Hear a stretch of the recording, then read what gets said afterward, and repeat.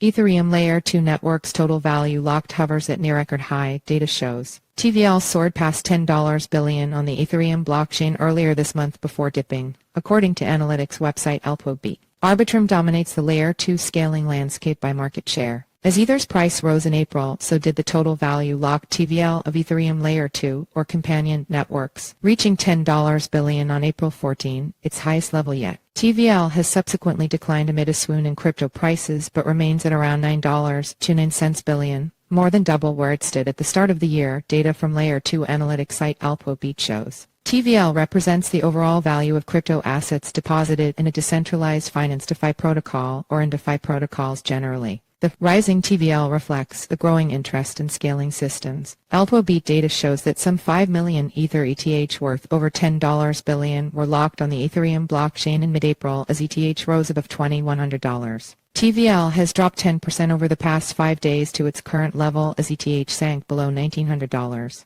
On January 1, with ETH below $1,200, TVL was just $4.01 billion. Messari research analyst Stephanie Dunbar told CoinDesk in an email that Layer 2 Network's recent TVL spike has come as users grow wary of Ethereum's hefty fees during peak network demand periods and opt for less expensive platforms, many of which have sprouted in recent months. Arbitrum domination. Arbitrum 1 dominates the Layer 2 scaling landscape, accounting for more than 66% of the market share, according to Alpobeat. Optimism follows with over 20% of the market share. Both Arbitrum and Optimism are optimistic rollups designed to reduce transaction costs. This year, Arbitrum, the fourth largest blockchain in TVL, has surpassed Ethereum for daily transactions, averaging about 1.2 million in March compared to the latter platform's 1.1 million transactions, according to Block Explorer, Arbiscan, and Etherscan. Riyad Carey, research analyst at crypto data firm Kaiko, also sees potential airdrops and enthusiasm for new chains driving Layer 2 initiatives, including Arbitrum's own airdrop of its ARB token last month. He told CoinDesk that he was curious to see how sticky Arbitrum's users and transactions will be now that its airdrop has happened. Carey added that he considers TVL to be a flawed metric because it depends on the token's price shifts. Historically, TVL and token prices rise in tandem. Despite the price fluctuation issue, Messari Dunbar sees TVL as a legitimate mechanism for gauging network usage interest as well as value, considering it is representative of the market's valuation of the network. Pedro Lapinta, head of research at crypto asset manager Hashdex, suggested that besides TVL, investors should analyze the network along with other metrics such as transaction volumes because in any analysis, one isolated metric cannot tell you the whole picture. While TVL can be an easy-to-understand metric especially for DeFi, it can also be misleading, Lapinta told CoinDesk, pointing to a Sybil attack on Solana last year that created $7.05 billion of fake TVL.